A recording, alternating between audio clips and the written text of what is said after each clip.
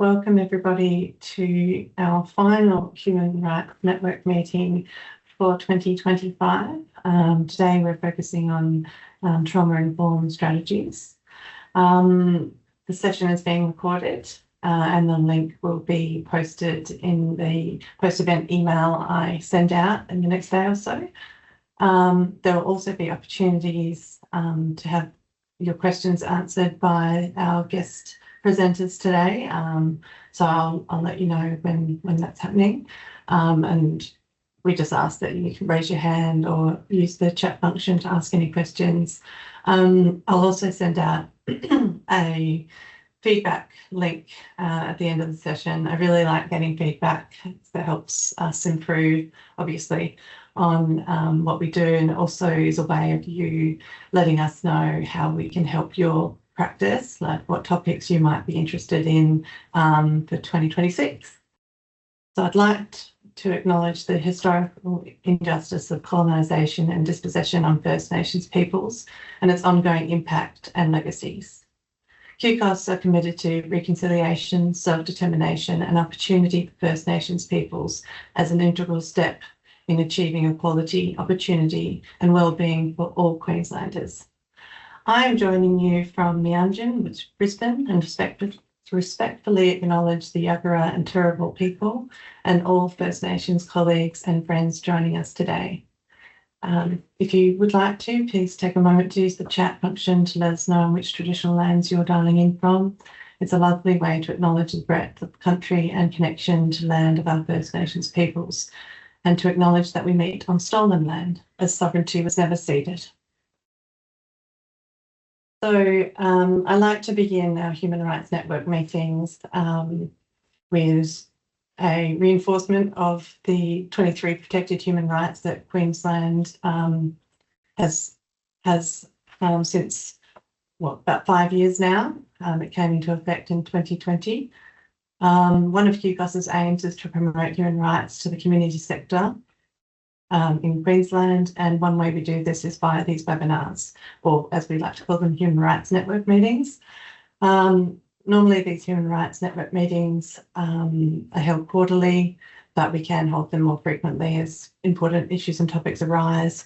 And again, I welcome any feedback or suggestions on themes the community sector in Queensland would like to explore further.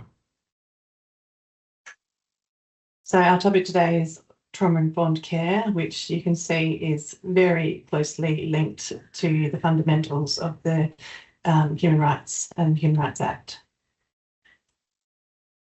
Today, I'm very proud to be joined by two wonderful contributors to the Human Rights Respecting Space, Sean Popovich, the Director of Alcohol and Other Drugs Reform for the Queensland Mental Health Commission, and Dan Moss, who's the Manager of Practice Development at Emerging Minds. We've got a little rough structure for today. You can see it's very simple layout. We welcome Sean first, who will present on the trauma strategy, and then there'll be some opportunity to ask some questions, and then Dan will share some trauma-informed research and practical tools, and there'll be some opportunities as well to engage with Dan after his presentation. So I'm going to tell you a little bit about Sean. Sean has worked in a range of government and non-government AOD treatment, workforce development and policy settings at both frontline and senior levels over the last 15 years. Before joining QMHC as a member of the Queensland AOD Network, Sean led the development of the Queensland AOD Treatment and Harm Reduction Outcomes Framework 2019 and the renewal of the Queensland AOD Treatment Service Delivery Framework 2022. In his role at QMHC, Sean is responsible for leading the AOD reform and trauma strategy portfolios. So I'm going to stop sharing my screen with technical grace, and hopefully we'll have a smooth transition over to Sean's presentation. Thanks so much, Charlotte, and That's hello everyone. Thanks for the warm welcome and introduction. As Charlotte mentioned, my name's Sean Popovich. I'm Director of AOD Reform and the Trauma Strategy at the Queensland Mental Health Commission. I guess really want to acknowledge the custodians of the lands on which we're meeting today as well, and pay my respects to elders past and present.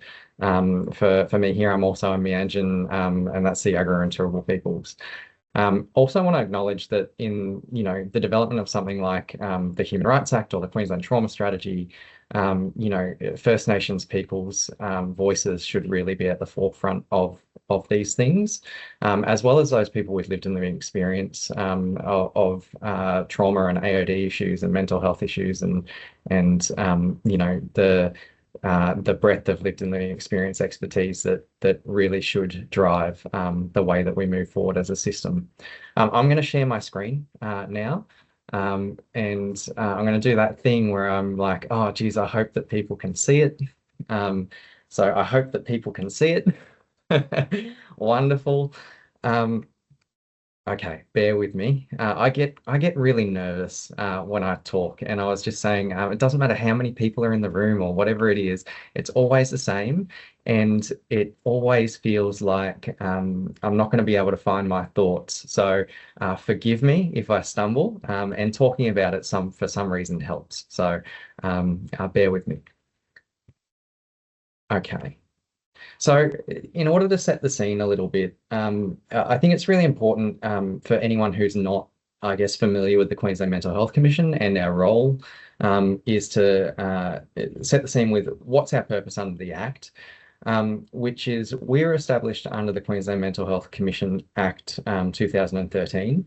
Our purpose under the Act is to drive reform in Queensland across mental health, alcohol and other drugs, and suicide prevention systems. And one of the mechanisms under the Act that we have to do this is to facilitate the development of whole of government plans. I say that because sometimes with our plans, which is on my next slide, people view those plans as the Commission's plans. And actually, the development is facilitated by the Commission, but these plans are signed on by whole of government. And they go through a really formal process in order to be established and to be agreed to by government. They go through cabinet for approval as well. And all of the departments and agencies actually sign on to these plans and the actions within these plans to facilitate them. So it's really important to understand that context for the purposes of this discussion in relation to the Queensland Trauma Strategy, but also our other plans across that touch on other areas of the system. So these are our overarching plans, whole of government plans for Queensland. So the first one is Shifting Minds, our mental health, alcohol and other drugs and suicide prevention plan. We also have Every Life, the suicide prevention plan, which is a sub-plan of Shifting Minds. Achieving Balance, our alcohol and other drugs plan, and again, a sub-plan of Shifting Minds. And that locates the Queensland Trauma Strategy as well. So the Queensland Trauma Strategy is actually a sub-plan of Shifting Minds as well. Each of these plans has a governance group that is made up of whole of government agencies, and we also have representatives from across the non-government system as well. That's called the Strategic Leadership Group, and that group kind of oversees the implementation of these plans. Which brings me to the Queensland Trauma Strategy. So the Queensland Trauma Strategy was a recommendation for development in the inquiry into opportunities to improve mental health outcomes for Queenslanders in 2022. That was off the top of my head, so I hope that you'll congratulate me on getting that right. So basically, that inquiry led to a range of recommendations for system reform. One of those recommendations was the development of a trauma strategy for Queensland. And given the Queensland Mental Health Commission's remit in facilitating the development of whole of government and whole of community plans and strategies, that was handed to the Queensland Mental Health Commission to facilitate. So in the development or the facilitation of the development of the Queensland Trauma Strategy, we went out and consulted with over 800 Queenslanders. So there were people represented in different regions across Queensland. We also did online webinars. We consulted with specific population groups. And we also did a range of consultation and feedback processes from agencies across Queensland, including non-government agencies and peaks and so on and so forth.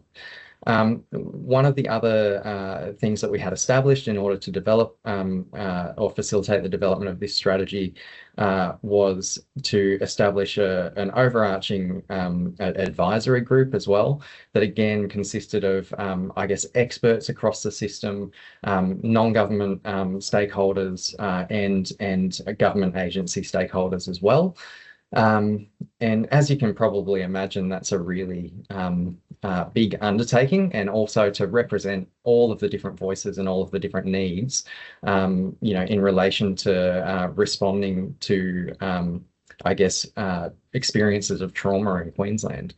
And probably for this group, I'm not sure whether it bears repeating, but one of the things that we came across was when we were doing our consultations, a lot of people saw being trauma informed as a clinical type practice. So they were looking at it in a way that was very much, well, this belongs to the health system, or this belongs to the mental health system. It's not for us. So if you think of agencies that are perhaps, delivering some kind of services for the community that are generally not in the health realm. I think Department of Education, for example, or even better, Department of Agriculture, it starts to sort of seem like being trauma informed might be less relevant to those sectors and systems. But once you delve into it, of course, that's not the case. And actually, we need to be trauma informed across the whole system. The other thing that we did as part of the consultation process was we released a number of consultation papers, which experts in the field spoke to a range of different areas, including across the life course. So things like pregnancy and early parenting, infant and young children, young people, adults, First Nations peoples, and so on and so forth. Those consultation papers are actually available still on the Trauma Strategy website if you're interested in having a read, as is the consultation report, which has got a lot of this detail in there as well. So just to set a little bit of context, and forgive me if you're already aware of this, but experiences of trauma, I should say, are really prevalent in Australia and in Queensland. The stats kind of on the page there are just some examples. They're directly from the Queensland Trauma Strategy. But really, the biggest one for me is that 75% of Australian adults have experienced a traumatic event at some point in their life. Now, that doesn't necessarily mean that they will go on to experience trauma, in its various forms, but it's certainly an indicator of, how pervasive trauma can be, and also how important it is for the system to respond in a trauma-informed way. And unpacking what that means is really challenging for different contexts and different agencies and different sectors and different communities and so on and so forth. And representing all of that in a whole of government strategy is one very small part of the process. I think, and forgive me if I touch on things that are already going to be covered as well later on, but I think it's really important in order to set that context that we have a shared understanding of trauma. And again, this is directly from the Trauma Strategy. There are various iterations of these definitions, but I think they all share a very common theme.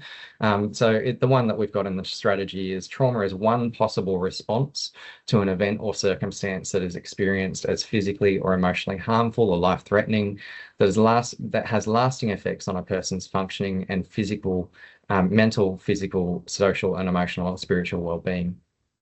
And I think that, again, kind of just reiterating that trauma is a possible response to an event. It's not the event itself. We spent a long time with community stakeholders and with experts in the field really unpacking that, because the feedback that we kept getting was this needs to be really clear, that just because you've had a potentially traumatizing experience doesn't mean that you will go on to experience trauma, if that makes sense. But that being said, the types of trauma might include vicarious trauma. So, trauma that might be experienced indirectly through exposure to another person's story or experience. Cumulative trauma, where multiple incidents might build up over time. And there are some, I guess I'll get down to complex trauma, but there are some differences there. And I think it's important to point out. The historical trauma might be experienced by groups with a shared identity, where there's been a history of trauma. So the examples that I think of here are like forced removals of Aboriginal and Torres Strait Islander peoples by governments. Intergenerational trauma, where one generation has unresolved trauma and that's passed on to the next generation. Collective trauma, if you think here, whole communities that might experience a really significant event like a natural disaster is a good one. And on the previous slide, we had those stats around how many natural disasters are, experienced in Queensland. And that's a real consideration for Queensland as well, what are the implications and impacts of natural disasters, not just on trauma, but on system-related re-traumatization as well, in the sense that if we don't plan appropriately for natural disasters and we don't have trauma-informed approaches in those spaces, my background is alcohol and other drugs. So if we don't have plans for people who are on opioid dependence treatment and there's a natural disaster and they can't get access to the medicine, we need to be thinking about those things. Otherwise, we're potentially, potentially going to be re-traumatizing people through that experience. There's also complex trauma, which I mentioned before, which is more about, tends to start in early years, and it's more, involving multiple and prolonged interpersonal experiences of trauma. I think childhood sexual abuse and that kind of thing, where it's very, very significant trauma.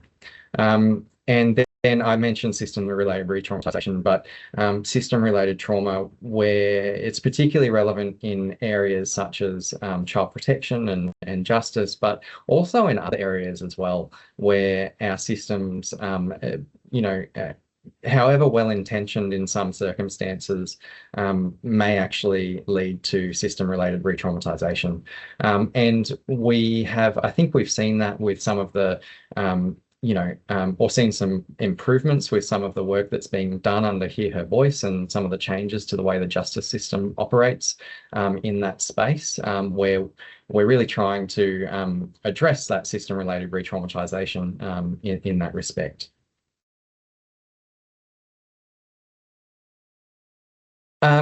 So what do we hear about trauma? And I kind of touched on this a little bit. Basically, trauma is not always directly translatable to other languages or the way that people describe it in different communities. People talk about responses or systems, how this manifests in the body, or symptoms, sorry, and how this manifests in the body. And people are often more comfortable to talk about safety and what makes them feel safe. Some communities describe trauma as a stress that people feel from their past experiences, an ongoing experience, and there are many circumstances in which re-traumatization could occur, and how you experience your internal self. And all of that tends to manifest in, trauma responses and behaviors that people might manifest in relation to that, or as that says, in experiences of internal self and unwellness in some ways. I've popped this here again for context. I mentioned that being trauma-informed is not necessarily about clinical practice. It's about how systems, policies, ways of operating, ways of doing, in the everyday work that we do, but also in our legislation and so on and so forth. It's the way we respond as a system, being trauma informed, and it exists on a spectrum.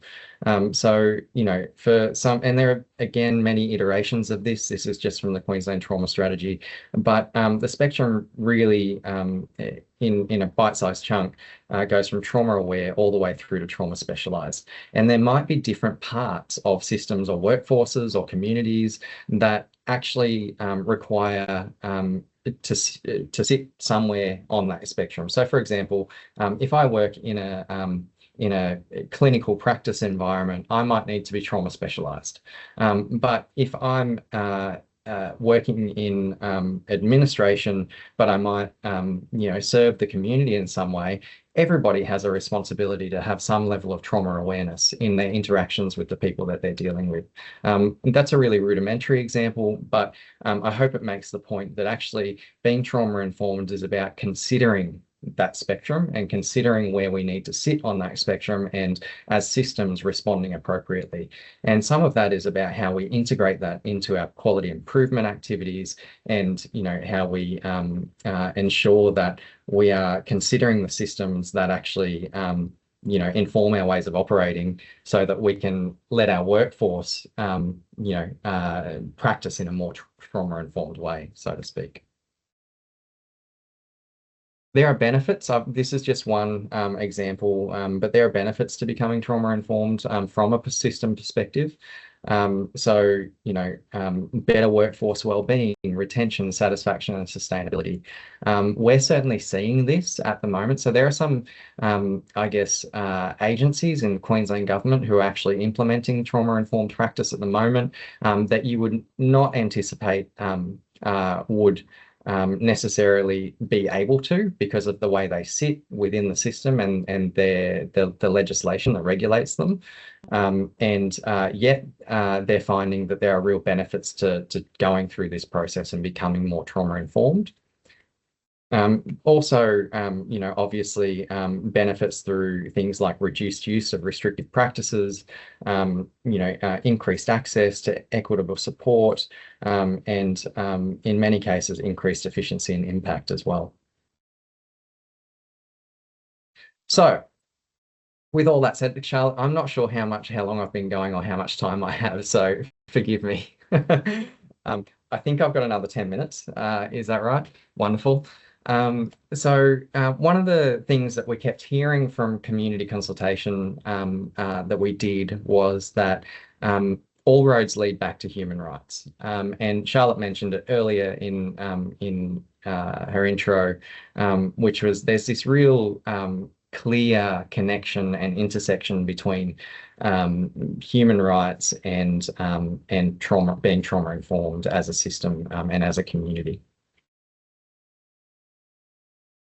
I will say one other thing in relation to that, actually. That all sounds very nice and very easy to do in some ways. And I think that there's an element of we have these strategies and we have the Human Rights Act now, but how do we move from having them as the beacon to point towards and actually implementing some of the, the core elements of those things is still a question that's up in the air.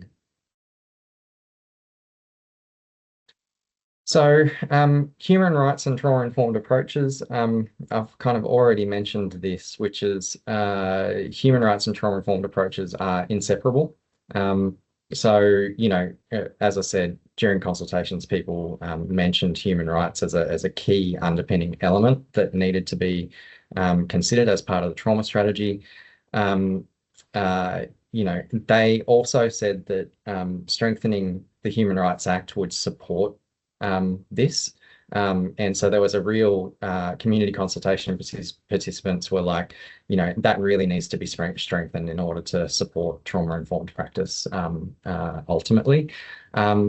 And I've got a note here, I'm just going to read from the note, that applying a human rights lens really helps to ensure our systems do no further harm, and promote accountability. And by the nature of that, support environments where healing is genuinely possible.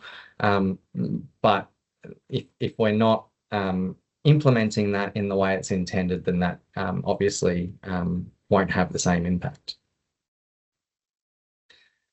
We also heard that embedding human rights principles across policy and system design and practice were really important.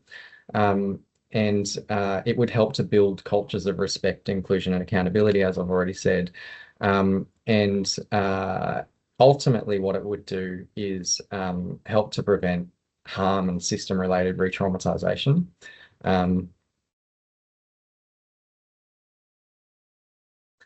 And this is basically, in putting together this presentation, I thought, oh, well, I'll take you through this tour of how human rights then got integrated into the strategy from our consultations. So one of the key guiding principles is human rights and dignity. So that we uphold and prioritize the human rights and dignity of all people. And we demonstrate this by actively safeguarding the human rights and dignity of all individuals, groups, and communities across age, race, culture, gender, sexuality, and socioeconomic status.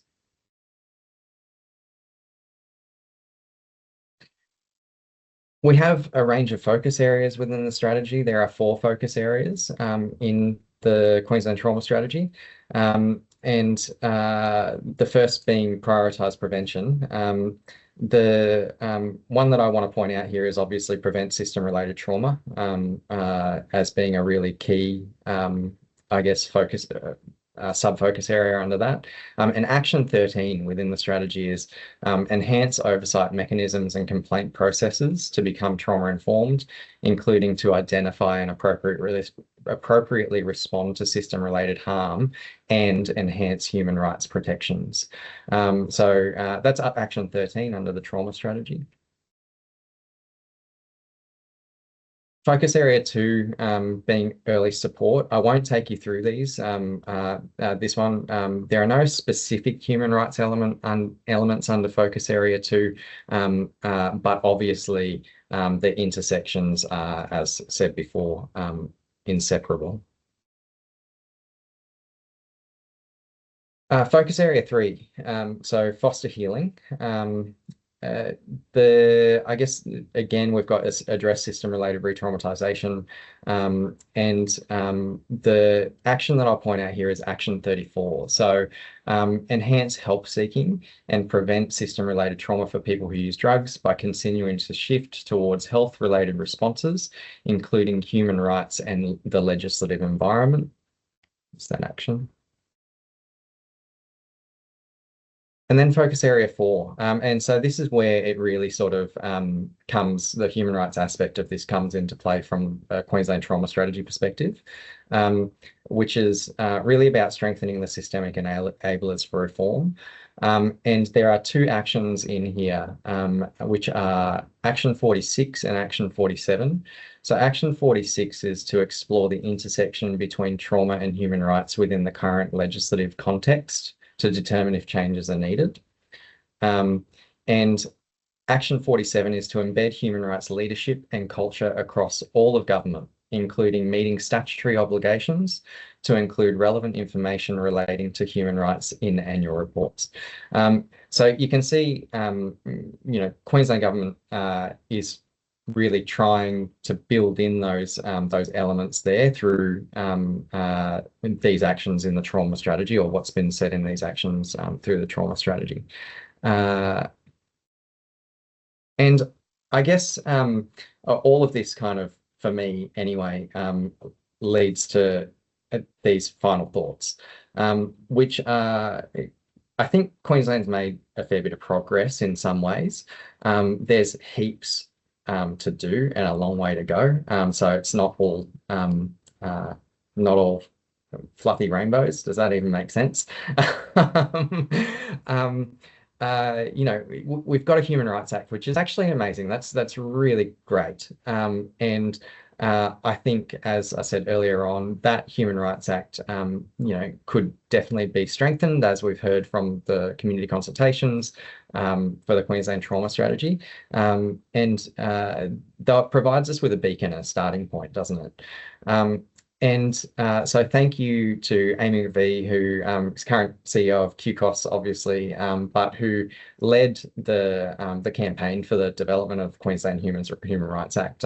What an amazing piece of work, and I don't think that we'd have a trauma strategy without that work either. So these things really feed each other in many respects.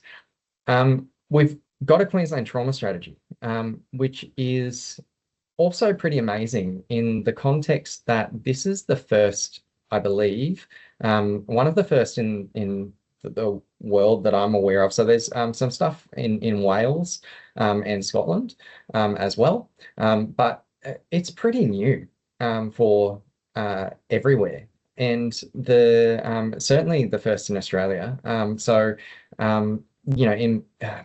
Go Queensland, I guess is what I'll say. Again, it's not perfect, and it doesn't, this is my personal view, but I think it'd be silly to say that it meets the needs of everyone. We learn as we go, and I think that it's a really great first step. I hope to see the Queensland Trauma Strategy, Mark II at some point after 2029, that perhaps does even better than the first one. So that would be my hope. The other thing that I'll say is, to different degrees, these related pieces of work provide an authorising environment for change.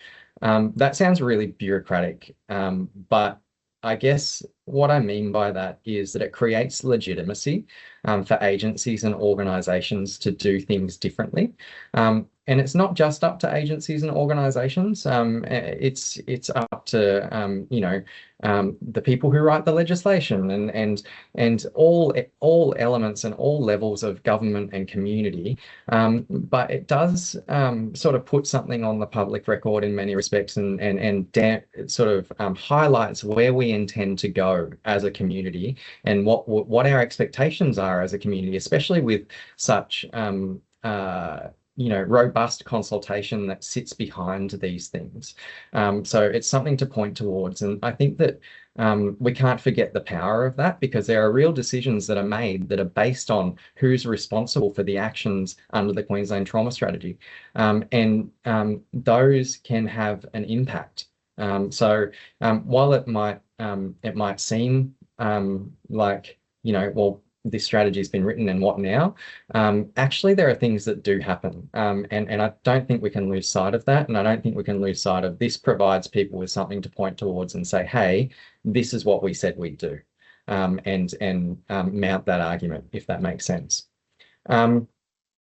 I've already said there's room for improvement in how we translate these things into real system reform, of course. I think that's always going to be the case. But it does provide us with a real opportunity and a shared vision and a shared understanding to move things forward. And I guess I'll just leave it by saying, we all have a role to play in the implementation of the strategy. What I'd hope to see from anyone who's attending this morning is taking it back, having a read of the strategy, having a read of the consultation report.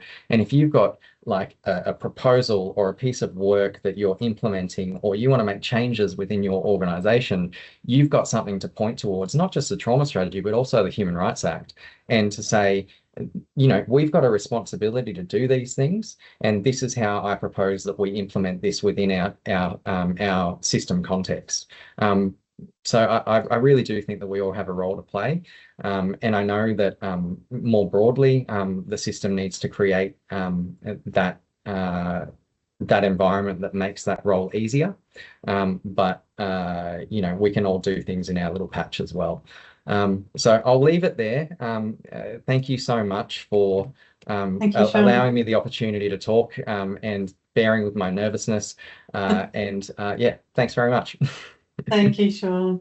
I'll obviously in the latest human rights newsletter, I featured the trauma strategy with a bunch of links as well. But I'll send out that information again in the email that follows this. Just wanted to say that it is super encouraging. To see this this movement. It might be slow, it's not perfect, but I think people the momentum is gathering, and what obviously I would love to see is not only a strengthened Human Rights Act for Queensland, but a National Human Rights Act, so we can all as a collective really have something concrete to base our decisions on, so we're not re-traumatizing people, and we are moving forward in the safest way possible for every Australian. So that's what obviously I would love to see, a sort of a national agreement about the treatment of humans. Anywho, does anybody have any questions for Sean about anything that he has mentioned today, or any comments about the trauma strategy, or anything they've seen maybe in their workplaces, any kind of shifts?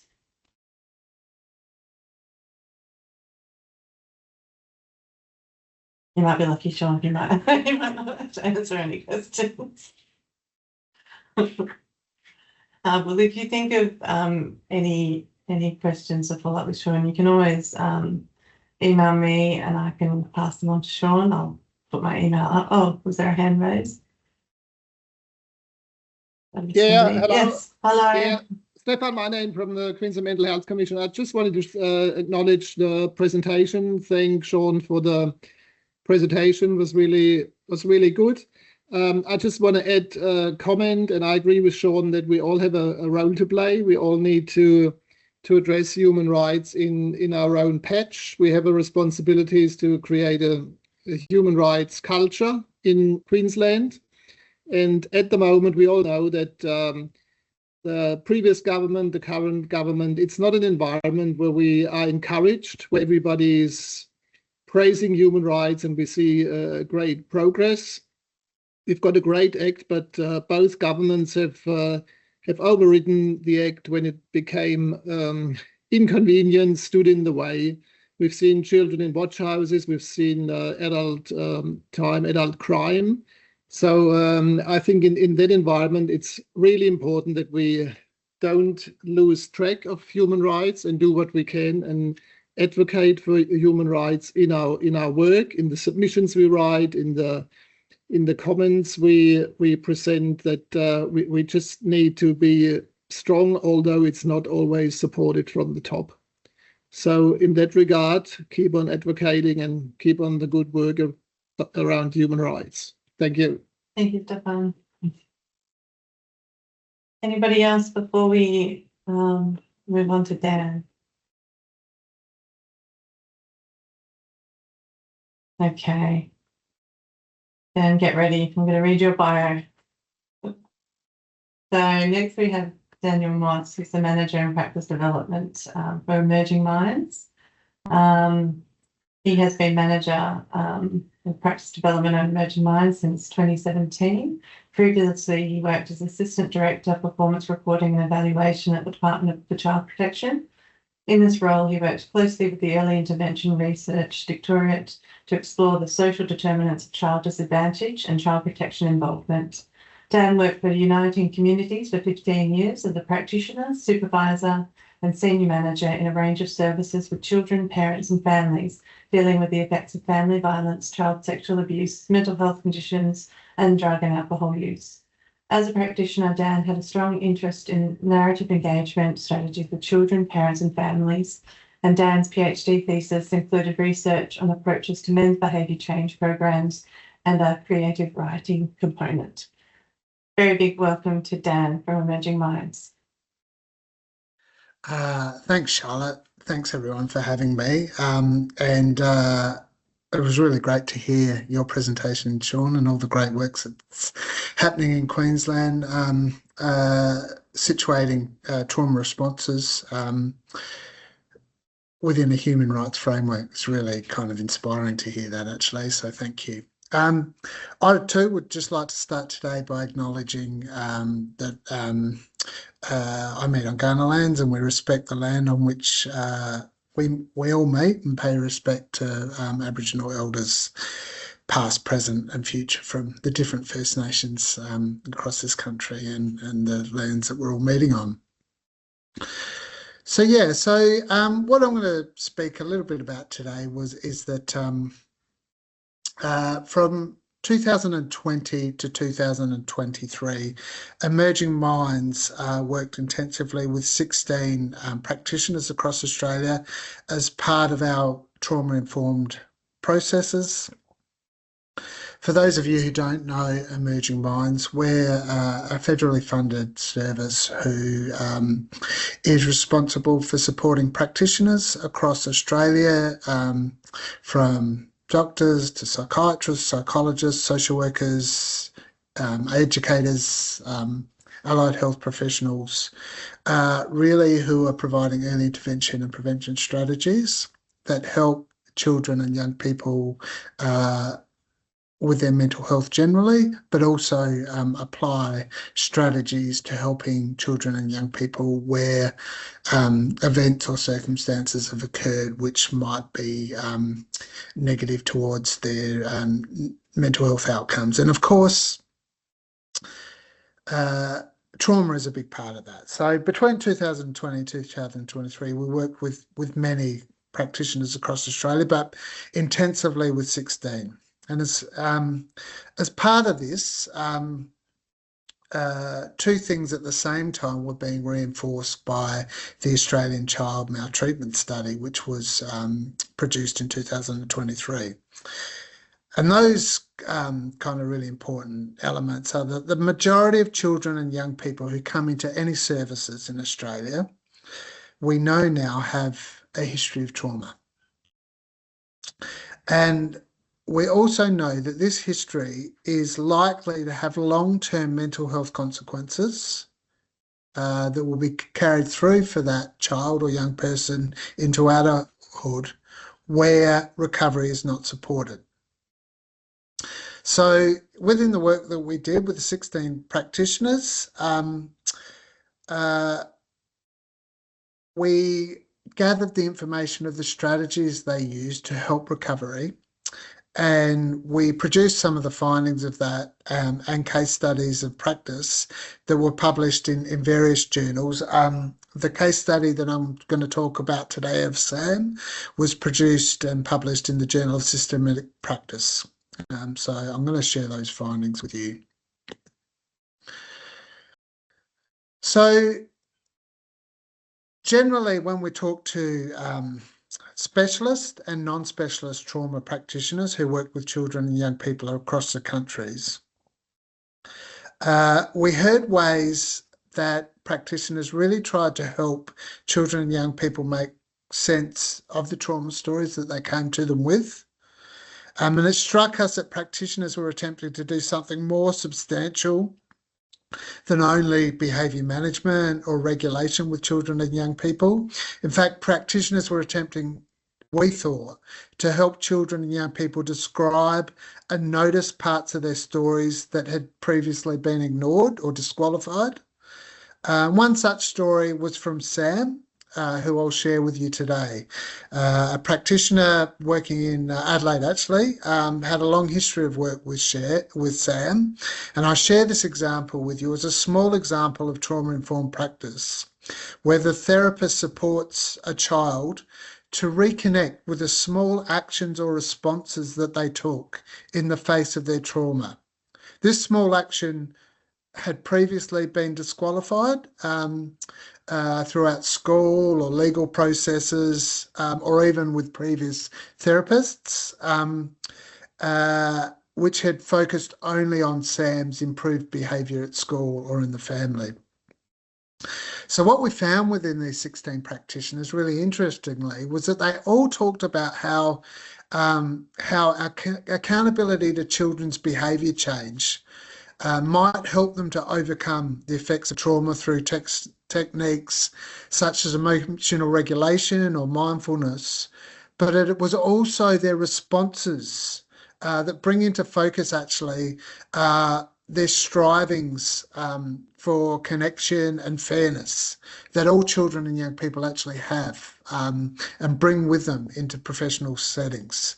And without an understanding of children's responses to the injustices or the adversities in their lives, then approaches or therapeutic approaches even with children or young people might actually reproduce dominant discourses that disqualify or ignore the context of trauma. So just going back to the 16 practitioners that we talked with over 3 years and that we engage with so intensively,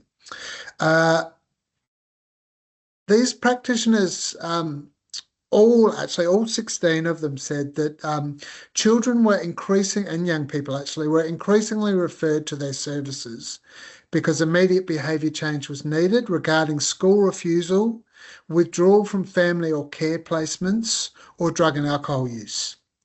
Generalist child and family practitioners said that stories of trauma were invariably surfacing during assessment or formulation processes, but were rarely the presenting issue for referral.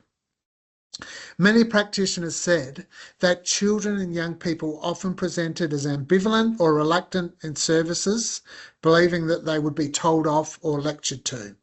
Many practitioners described strategies to connect with something about children that was separate from the problem they were experiencing.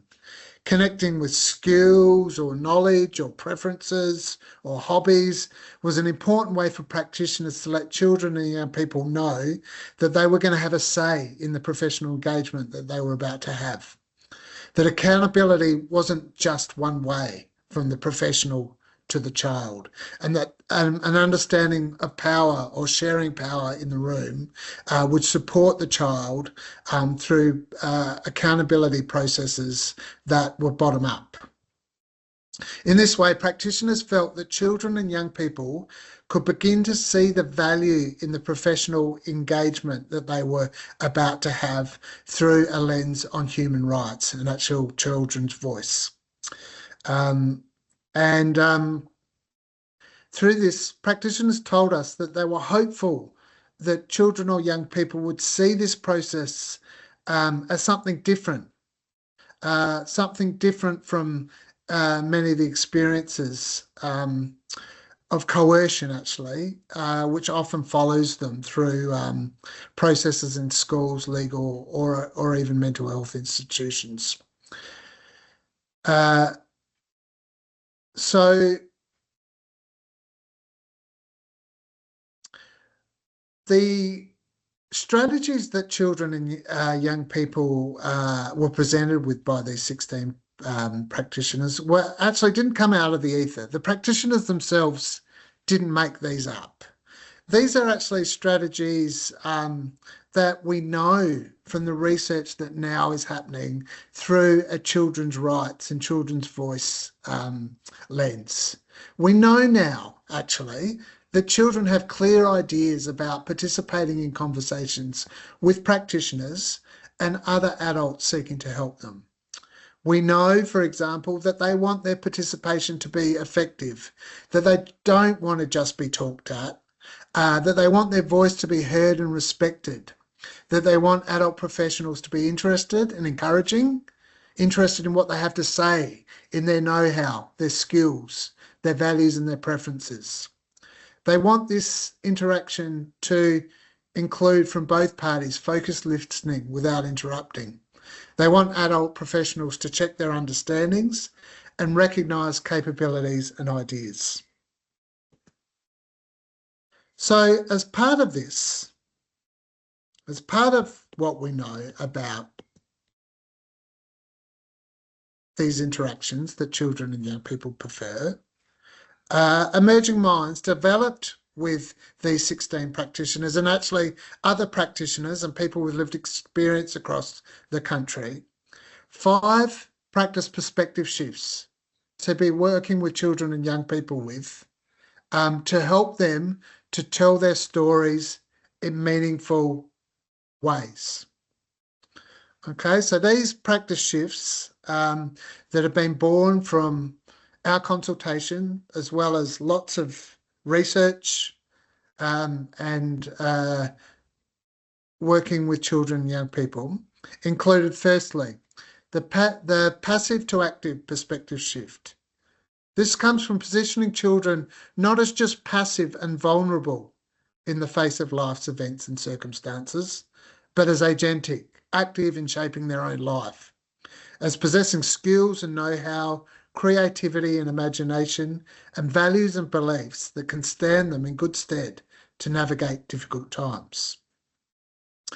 From naive to knowledgeable, which positions children as possessing knowledge about the problems they are facing and the circumstances surrounding them. This includes privileging children's language and meaning making and regarding them as experts and consultants about problems and solutions in their lives. From recipients to contributors, invites practitioners to not only consider children's congruence with common mental health diagnostic categories or developmental stages, but instead, and also as well as this, to seek to understand children's views and experiences of the broader contexts, circumstances, and relationships that surround them. From top-down to bottom-up accountability, this shift calls for an accountability to those less powerful being prioritised, an accountability to the child or the young person within any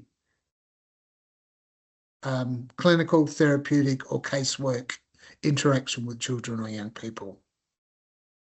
Okay, so to put these shifts into some sort of case study, I'm going to use, as I mentioned, our example that we got from the practitioner in Adelaide of Sam. So imagine, if you will, for a moment, for those of you who have worked with children or young people or continue to work with children or young people, that you're meeting with Sam for the first time. And the referral notes tell you that he's been having a tough time at home and school. As he walks in, Sam avoids eye contact and slouches in the chair, no doubt anticipating how the consultation is going to go. He shrugs when you ask him how he's doing and barely tolerates you when you do your normal introductory spiel. So where do you begin? So Sam's 12. He lives with his mum, Janine, and his younger brother, Kai. Sam's dad, Jake, left the family home 1 year ago. Jake had been verbally and physically violent towards Janine for much of Sam's childhood. Jake hasn't been in contact since he left, and Sam doesn't know where he is. Janine and Sam used to have a close relationship, but in recent months, Sam hasn't been getting along with Janine or Kai and has used physical violence against his brother. Janine doesn't know what to do about Sam's use of violence and is worried, actually, that Sam is turning out just like his dad.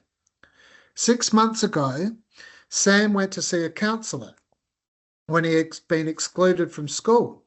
The counsellor told Sam that he had conduct disorder, which was the result of his dad's violence. Sam thought that this meant that he would never be able to change, that he was actually condemned to always hurt others, just like his dad. Sam refused to go back to see that counsellor, but now he's come through the doors of your service. So you search for something to get Sam talking, something, anything that he's interested in, but you're not having much luck. But rather than being captured by this negative description of Sam, you instead are intent on finding out what matters to him. You decide to ask him why he thinks he was referred to your service. You ask him some questions about how the referral came about from the school counsellor, what he thought it was that had the counsellor referring to you. But Sam says he wasn't really interested in this, that it was a waste of time. You try again and ask him some other questions about what the school counsellor was worried about that had him referring Sam. He suggested you ask the school directly if you want to know. You then ask Sam, if you were to ask the school directly, what might they say? After some hesitation, Sam responds that they might call it anger management. Not rushing this conversation, you ask Sam what he meant by anger management. Sam mentioned that he actually broken things a couple of times at school. You ask Sam if breaking things had also happened in other places too. He spoke about breaking things at home and said this had been happening for a couple of years. When you ask him a bit more about what he means by a couple of years, Sam describes breaking a window at home when he was living with his dad, Jake.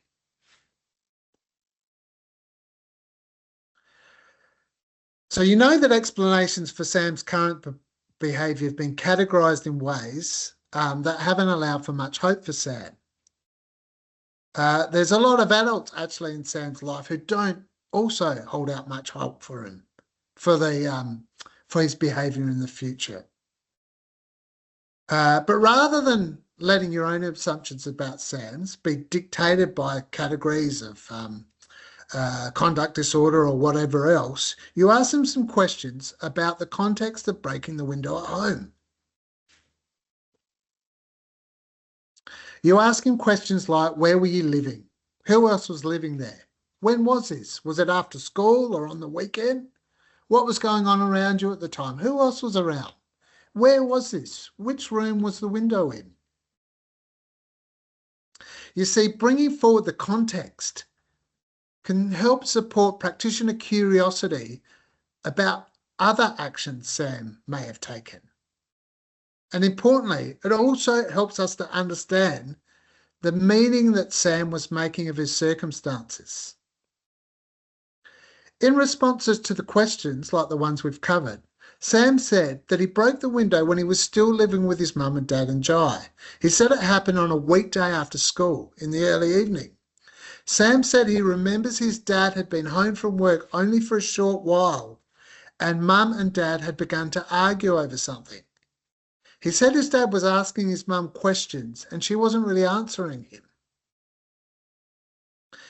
If no child is a passive participant of their trauma, it's safe to say that they have found ways to respond to their traumatic experiences.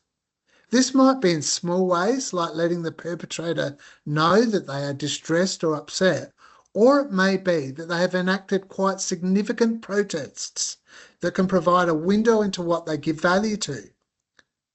If we begin to see Sam's breaking of the window as a protest, as an active demonstration of what he values, then there is so much more that becomes available to us as practitioners. So much more than the assumption that Sam has always just been pushed about by the circumstances of his trauma. And so some of these examples of the questions that this practitioner asked Sam were, how did you actually break the window? Why did you decide to break it that way? Rather than something else or another window? What was the purpose in doing that? What were you hoping for in doing that? Sam's responses to these questions demonstrated, actually, rather than being naive around these circumstances, that he is actually really knowledgeable. He actually tells you that he knows a lot about what happens when his dad is about to get rammed up and yell at his mum. Sam also knew that it was common for his dad to escalate the yelling and verbal abuse into physical violence once he started asking his mum lots of questions. So we begin to see that Sam's actions of breaking the window may have actually been in response to the concerns he had about what might happen to his mum if something alternative didn't take place within the household. So Sam's actions are actually based, aren't they, on what he knows about the early warning signs of his dad yelling and his understanding of how this yelling can escalate. These stories are often quite common for children or young people, that they found ways to respond to things that are happening in their family or other settings, found ways to keep other people safe in their lives. These stories can so often, can't they, be disqualified or skimmed over in the course of our normal professional engagements with children and young people, particularly those engagements that only focus on corrective behaviour. So we asked Sam some questions about, how did you know your dad was about to yell at your mum? What were the signs that told you he was about to yell? At what point did you look for these signs? Would you say that you know a lot about these signs and looking out for them? Would your mum know that you know a lot about these signs and looking out for them? Would you and your mum share this know-how? How do you know that breaking a window could prevent your mum from yelling? So you decide to return to the passive to active shift because there is so much that Sam tells you which makes you curious about what he thinks about the violence that he has witnessed and experienced from his dad. Sam actually has an active position on this violence, and we wonder about other steps that he actually might have taken to live life in accordance with a value of respect or care or even concern. So we asked Sam, what was it about the yelling that you didn't want your mum to go through? What are some of the things you'd prefer your mum to experience? How come you want your mum to experience these things? What does this say about how you feel about your mum? Would you call this care or concern or respect for your mum or something else? Is there another time you can tell me about when you showed care or concern for your mum? Did you know about how your dad might react before you broke the window? Did you know he'd be angry at you? Did you know you might be in danger? What does this say about you, Sam? That you were willing to put yourself in danger so that your mum might be safer. If your mum was meeting with us today, what might she say?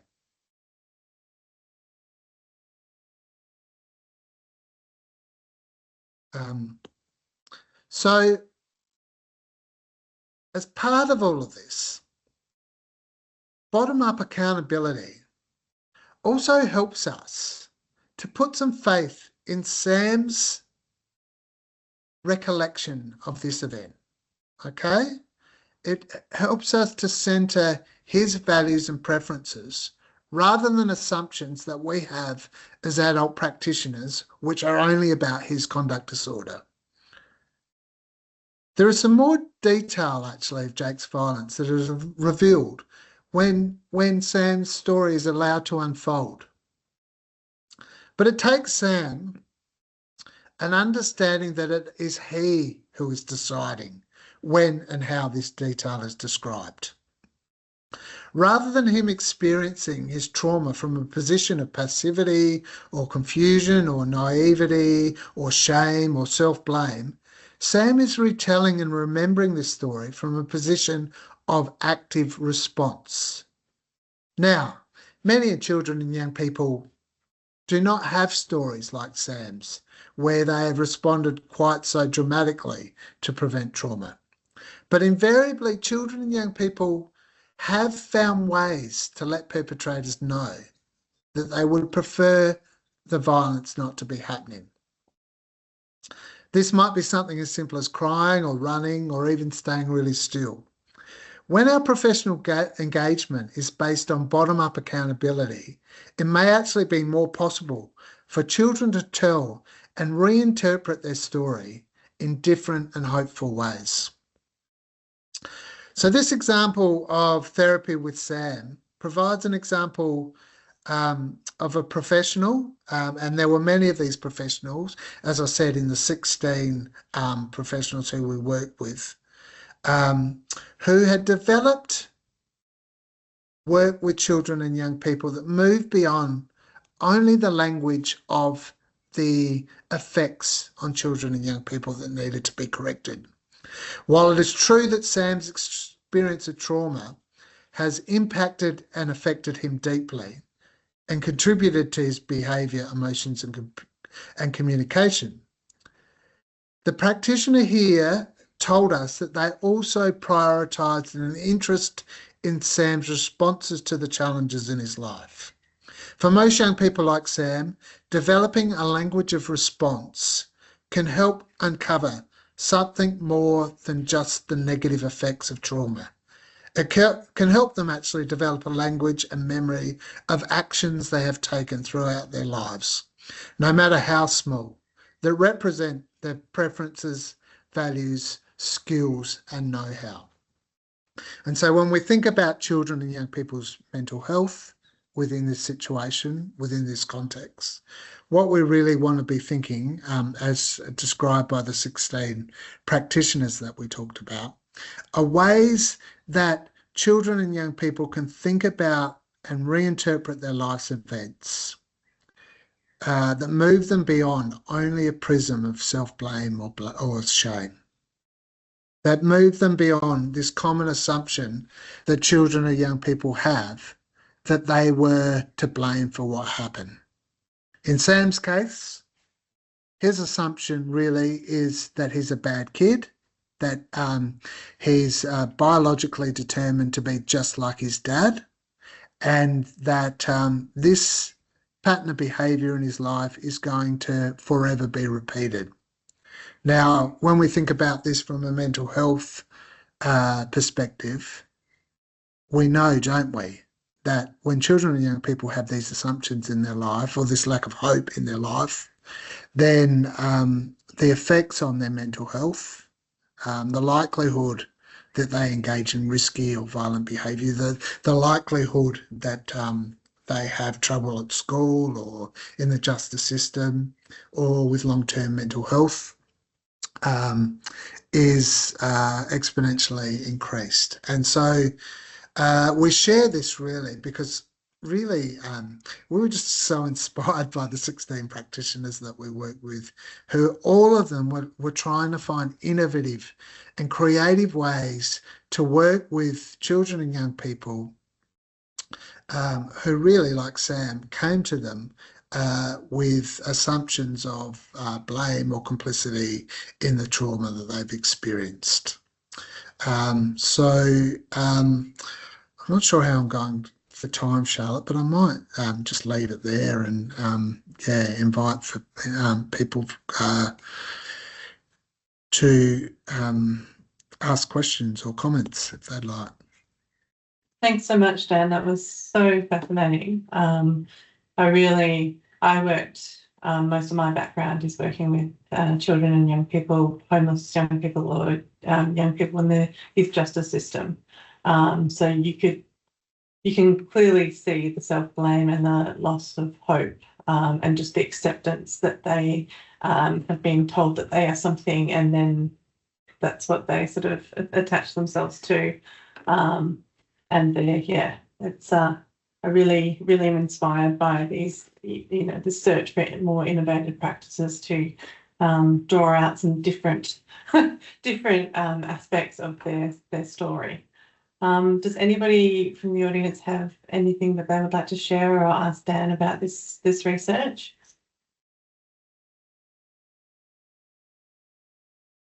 Yeah, sure. I thought in the silence I might ask a question, which is, I guess, as part of this way of practicing, what do you see as the potential benefits from a practitioner perspective as well? I'm thinking of things like moral injury. Yeah, great question, Sean. In our experience, kind of frameworks like this allow practitioners, and particularly non-specialist trauma practitioners, allow them a greater freedom or a greater confidence often to ask children and young people about their stories. And it's not to say that, you dive into a specific trauma story without, really thinking about safety.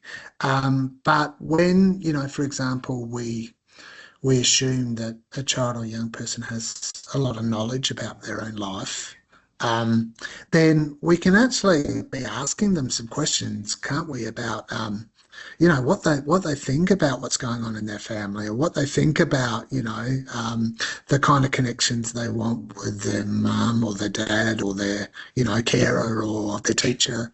And when practitioners are able to kind of imbue these practices, you know, that the onus isn't just on them to come up with all of their answers. You know, often when we work with children or young people, practitioners tell us that they feel a real pressure to actually get to the bottom of what's going on for this child or young person. Whereas, you know, this practitioner shifts really emphasise much more the value of questions, you know, the value of curiosity, in actually being able to work with children and young people to help them see themselves as experts in their own lives.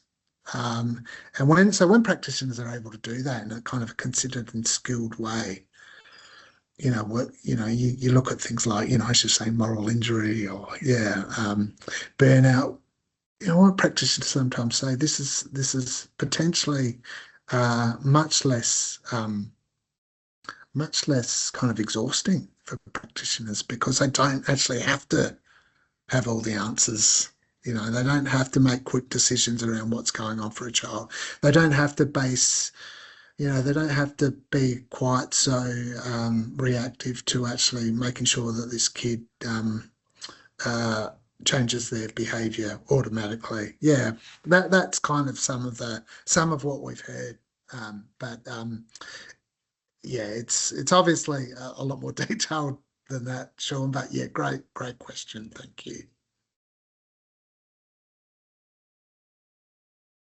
Dan, if people want to learn more, do you have other case studies or other information on the emerging? Yeah, absolutely.